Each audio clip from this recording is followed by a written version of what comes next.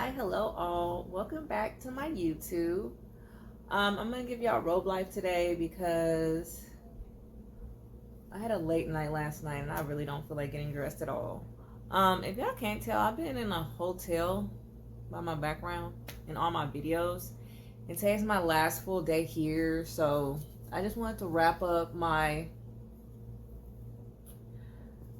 series, like at least my high school years, before I move on to my next destination, because I do not want to take this man's negative energy with me. I don't want to, yeah. So where I left off in my last video is that my mom passed. We've had the funeral. Everybody's gone back to their lives. I did forget to mention that this man literally got rid of all my mom's stuff before we even touched down back in Texas.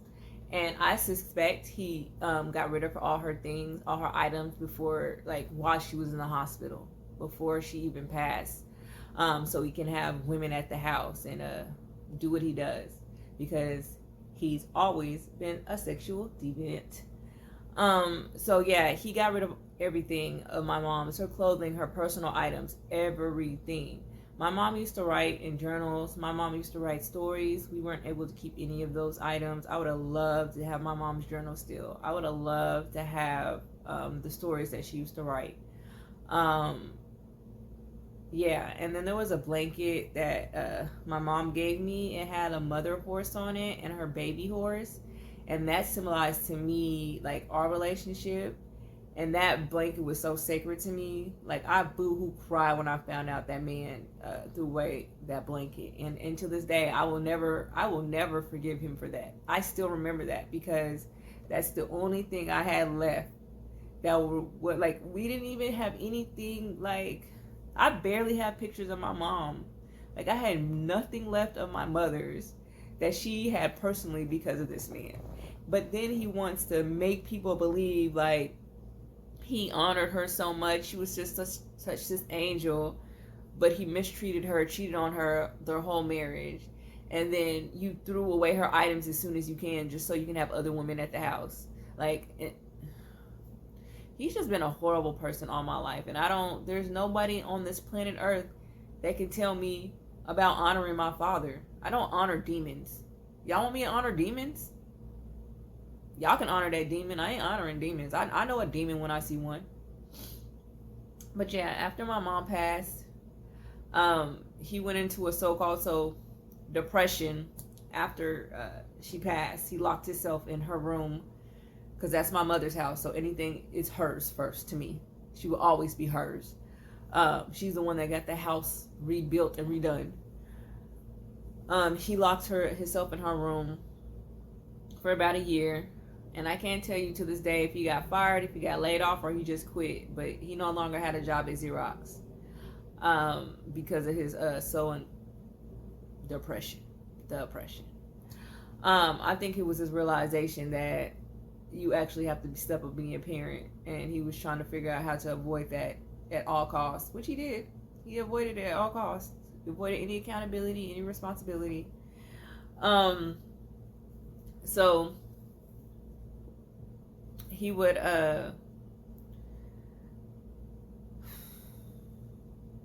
sit on the computer for days and hours at a time.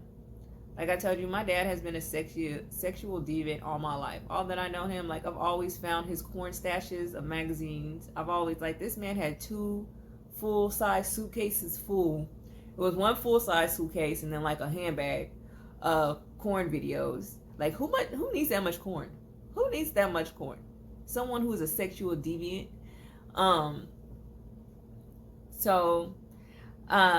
He would sit around and do that anytime that he wanted. Like, the TV was in the living room. At the time, we didn't have our own individual TVs, or the big TV was in the living room. So we would sit there in the living room and watch TV. And anytime he wanted to watch corn videos, like on the computer, he was always started arguing with us and belittle us and berate us so we can go to our room so we can watch corn.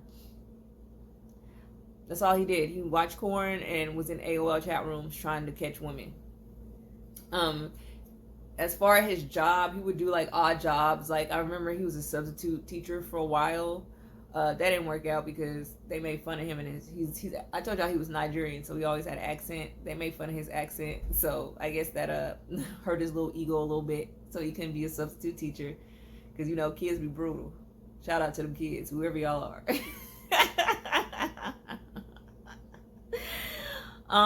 And at this time, like I said, me and my sister were constantly getting kicked in and out the house. We would get let back in, we would get kicked out. He was putting his hands on us still. At this point, he started, like, I started fist fighting him around like 14, 15, 16, because I got completely tired of being hit by him. And so I started to hit back. So you gonna hit me, I'm gonna hit you. Like, there's no respect. The respect was lost a long time ago. I stopped respecting this man when I was 8. So me hitting you is nothing. Like, the fact that you keep on hitting me, I remember a time that we were fist fighting, and he like held my, like, we have leather couches all my lives. So he held my face down on the leather couch and told me that he was gonna unalive me. I fought for my life that day. But yeah, he was doing things like that. It was just getting worse and worse. Like I said, my sister mentally disabled. She's getting kicked out the house. So eventually she ends up pregnant. She met some girl. I don't know if the girl herself was just ill-mannered. That's what my mom used to call ill-mannered women. That were HOEs, ill-mannered women. Or if she actually like sold her body for money, but whatever they were doing together, her and my sister. My sister was getting caught stealing at the time, hanging out with her. It's like, but my dad was upset and mad at her, as if you weren't kicking her out the house, as if you didn't give her parental supervision. You're mad because they're calling you because she's still an underage child, and she's still under your authority, and you're mad that she's doing all these things, but you're not seeing what your consequences, like what your actions play in these consequences. So yeah, she eventually gets pregnant. Like I told you, during this time, SI is not nowhere in sight. SI is off thinking she's from the hood and being ratchet and spending all her time with her best friend.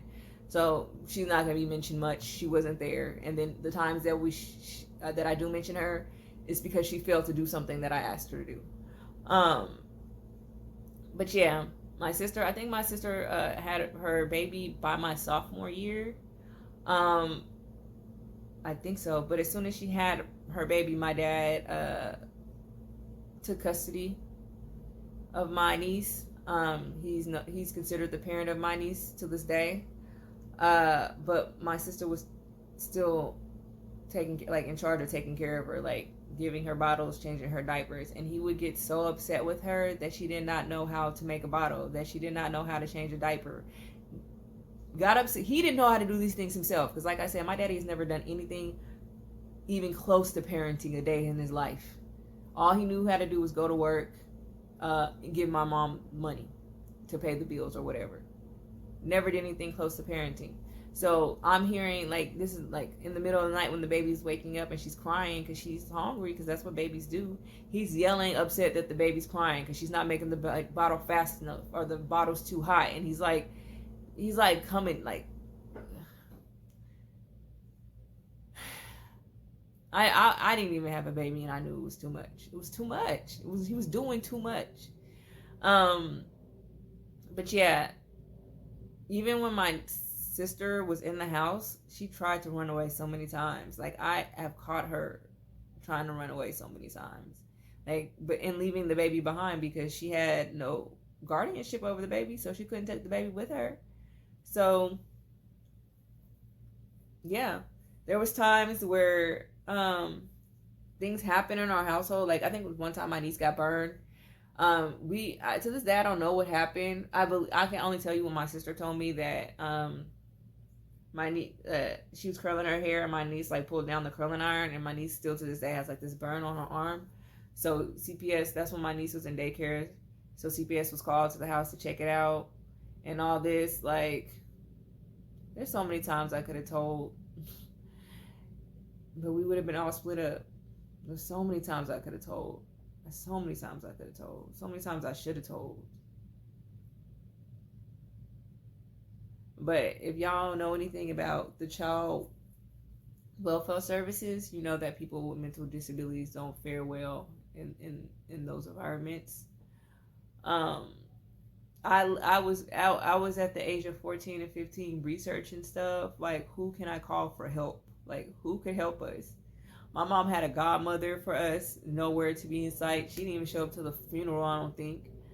Like, family, like I said, all the people who want to act like, oh, I didn't know, after she had that baby, you knew. You just didn't care. There was nobody I could call for help. So I just had to suffer through it. Because if CPS came through and split us up, I had no eyes on my sister. So you protect your abusers to think that you're better off in the situation you are, even though you getting your ass whooped. Like, I'm fist fighting this man. At this point, because I just got tired of being hit, y'all. I got tired of being hit, and you're not gonna keep on hitting me. So he knows now, if you gonna hit me, a fight's gonna come with it. A fight is gonna, you ain't gonna hit me and walk off. You gonna hit me and get your ass hit back. Because I got tired of it. So I'm fist fighting this man all through my high school years. I've been fist fighting him. At the same time, while he kicking out my sister, I'm taking care of my niece. I ain't never in my life, y'all, wanted a kid. I've been saying since the age of 8, I never wanted a kid. I've held true to that. I've never looked at a baby and said, oh, I want one. But I became a mother, and that would just infuriate me. That even put a stamp on it to this day, that I don't want kids. That just reinforced what I always thought I don't want kids. I don't want kids. So yeah, I was a caregiver for my niece. I had to, when she wasn't there, change her diapers, feed her, because, you know, the person who actually has actual custody of her is not doing anything. He's still going out of town. He has no job at this point, so he's at home more of the time. And because he doesn't have a job, his ego is bruised. He feels a type of way, so he takes it out on us. So we getting everything that he feels, he takes it out on us. If he has an argument with a woman, takes it out on us. If he feeling inadequate as a man, takes it out on us. Like, I got the brunt of all this man's emotions so many times in my life, and I'm like, I didn't do anything to you. Why are you hitting me? You should go beat up on yourself. But of course, people who are full of themselves, narcissistic, they're not gonna, no, that's, not heard of. My sister eventually, like, runs away for good. Like, she never, like, he kicks her out, she runs away for good, she never comes back. She eventually met this woman that she now stays with. That's not a good environment for her either, but like I said, as soon as I get some money. Anywho. And during that time, we were having crazy ass parties, crazy ass sleepovers at our house because he was never there. Like I said, he would be gone for days, weeks at a time because he's off chasing vagina. That's one thing he does. Like, anything in life, I told him this. Like, you have put vagina before your kids your whole life. You've done that. Why would I have any respect for you? Why would I have any respect for you? But yeah, we used to have sleepovers. My sister would invite her friends over, and they would invite the boys over. So we were having co-ed sleepovers and stuff. Some people had sex, some people didn't. I ain't gonna call nobody else out, but I know I wasn't, because I had sex at one time when I was 13, and I was like, yeah, I don't like that.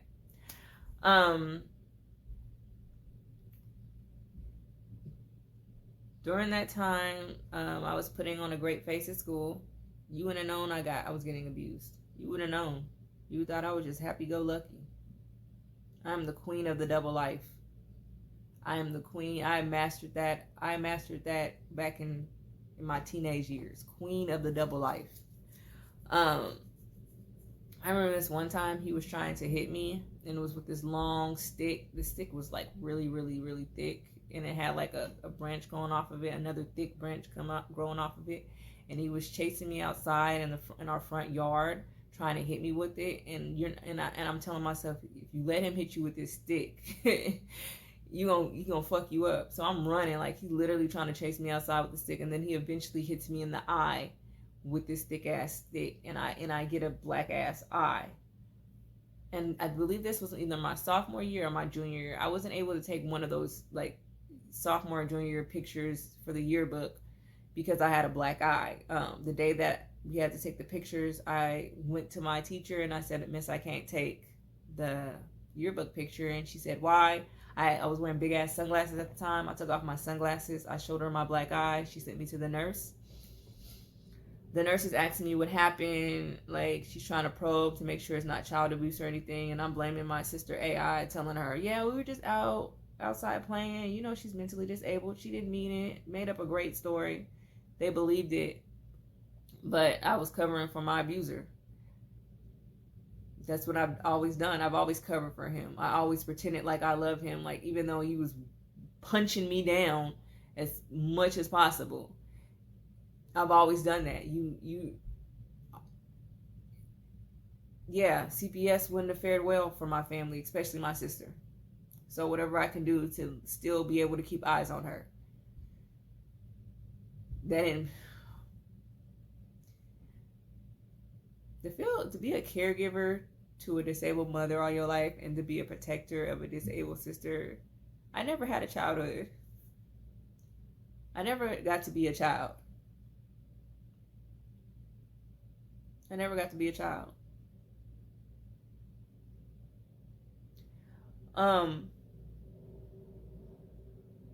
So yeah, my sister eventually gets kicked out the house for good. She drops out of school. She's off doing whatever. I'm taking care of my niece. I remember this particular time. It was my senior year. And we were taking trips to colleges to see what colleges we want to go to. Because that's the next step after high school, college, right? College or a career. I'm telling him I want to go on these college trips. He's telling me I'm stupid, I'm dumb. He's not paying for college. Who gonna pay for it? How you gonna get in college? That's dumb. I look into the military so I can go to the military and they pay for college. That's dumb. Like, he's not gonna help me. Like, everything I'm trying to do is dumb. It's stupid. You're an idiot. You're not smart enough. It's like I'm getting, like, my self-esteem is slowly, like, I had no self-esteem at that time. No self-esteem. I was a doormat to people. But I was just so nice. So, yeah, it's okay. That's okay. That's okay. That's okay. You hurt my feelings. You ran up. You did wrong to me. Like, I was a doormat to everybody because I was getting ran over at home. So, what's one more person doing it to me? What's two more people doing it to me? What's three more people doing it to me? It was nothing. I was a whole doormat to people. Whole doormat. I wasn't able to go to college until I was 26 because he wouldn't let me use his information for my financial aid or anything. So I think you're legally considered like off your parents' like insurance and all that at the age of 26. So I wasn't able to go to college until I can use my own personal information. So there was one particular time that I was doing a school college tour, and I think it was in Austin this time, and I really, really wanted to go to the one in Austin. That was like my dream school to go to. SF, I forgot the name of the college in Austin, but it was that college. And I asked my sister at the time, because she babysit my niece, because she's already graduated. I'm in my senior year. She's off living her life with her baby daddy or boyfriend. I don't know when she had her kid, but it was a boyfriend at the time. And I asked her to do this one thing for me to watch my niece so I can go off to this college trip. That never happened. And then she wanted to act like I literally asked her weeks ahead of time. Anything I ever asked her to do, she would somehow forget. Like, oh, I forgot. Like, you don't forget about what's important to you. You don't forget if it had anything to do with that dude. That's another thing about her. She always put men before her family, men before her children. That's why I don't respect her as a mother, because I see my dad in her all the time. Like, you're doing the same thing my father did. But yeah, I was never able to go to that college trip to even look at that college. Never was able to even go to that college. I was so pissed. Eventually, AI actually, I'm so proud of her for doing this, but AI actually re-enrolled back into school. At some point, I think our years, like I was my senior year, and then like either our years overlapped or she went right in after I graduated. And because of the abuse that I endured all my 4 years of high school, I graduated high school late as fuck.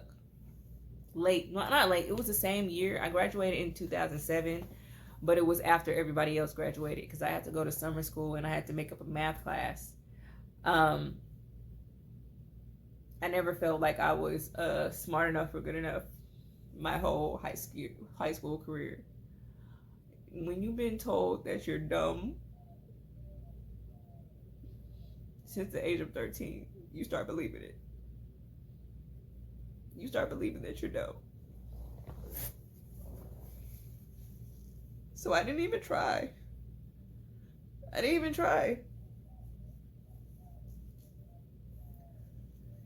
I've been told I was dumb since the age of 13. I've been told I was stupid. Like, why try? Why? I did graduate, but my grades were piss poor. I barely made it. I barely did it. Thanks to No Child Left Behind. No, I'm just kidding. But yeah, C's was my friend. All I saw was C's. But I made it and I graduated. And you know what's so funny? When I actually went back to college, when I was like 26, I was on the dean's list majority of my time there. So because I wanted to prove I wasn't dumb.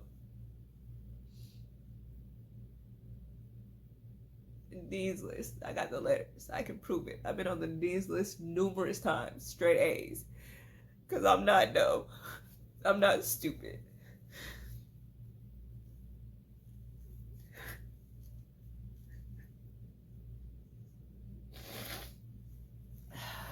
But yeah. During that time, my niece was around. I was her caregiver. I had to rearrange my schedule around taking care of her. I was the one that picked her up from daycares and things of that sort. Today, when I turned 19, I bought a cash car. I applied for my first apartment. Didn't even tell him I was leaving. All I had was clothes and shoes to my name. I didn't take the TV, I didn't take the bed, I didn't take nothing else but clothes and shoes. And I left there. And he told him to figure it out with my niece. Unfortunately, my niece got a little brunt of what we got, but it was nothing compared, because she was the grandchildren. He granted the first grandchild for him. So he was a lot nicer to her than he was to us. A lot nicer. Still an asshole. Still yelled.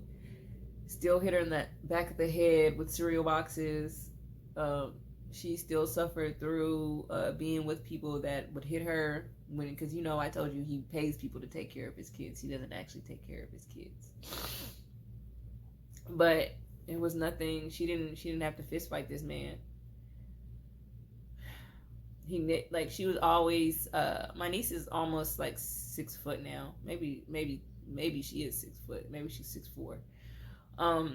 He always had a thing about nitpicking us about our bodies, like, you getting too fat. You're like, he felt comfortable saying that to us as a man, as our father, as a man.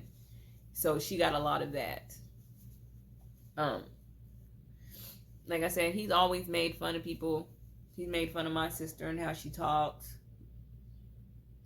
even though he never did any of the, you know, every year, I know this because I was a special education educator. Every year, every school year, you have a meeting with the teachers and the special education department about IEPs for your kid. He never went to one of those. Never set up an IEP. Never. In my high school, I would go to her classroom to go visit her just to see, like, just to check out to see what they doing in there. They have her sitting in the class, like, doing nothing. Like, my sister may be mentally disabled, but she's always been high functioning. She's always been high functioning. They literally had her in the class sitting there doing nothing. They offered her nothing, and I can't advocate for her. Only the parent can do that, and he never did. Never had a meeting. He can't tell you. He can't name one of the teachers' names, anything. The only thing he can probably remember is stuff pertaining to his middle child. Mind you, in high school, he did nothing for her. He didn't buy her graduation anything, like her graduation pictures, her graduation gown. I'm the one that paid for all her prom stuff. I bought her prom dress. I bought her after prom outfit. Did I get a thank you? No. But to this day, they want to call me entitled. But you never did. Like, you literally have never done anything for me. But I'm the entitled one. I'm the one that will buy her things when this man can't, that I feel like were important. On her 16th birthday, I went all out, and I tried to do it big. She always been depressed celebrating her birthday. I've always tried to, like, you know, none of that was ever done for me. None of that. This is why I don't respect these people. I can't respect these people.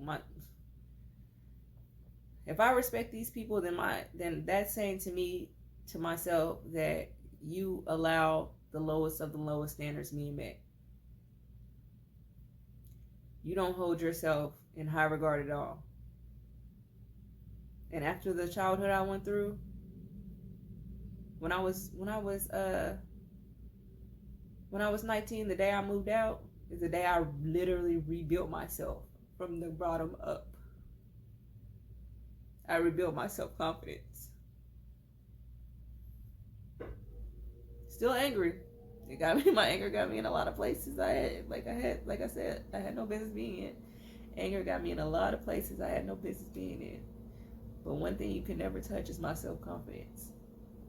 After it being destroyed by those people, even to this day, like my sister has like this, like she's always had this rivalry or jealousy of me. It's just weird. It's so weird. I don't know what her problem is, but like I said, she's Preston Jr. So, or P. Jr. I keep on saying this name. She's P. Jr. So, whatever his problem was with me is probably the same problem. I just don't know what it is, and I don't care to find out. But I'm going to go ahead and end the story there, y'all.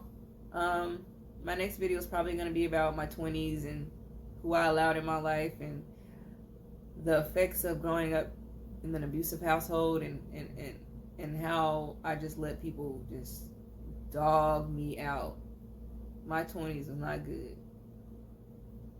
It wasn't until like 27 I got some sense about me.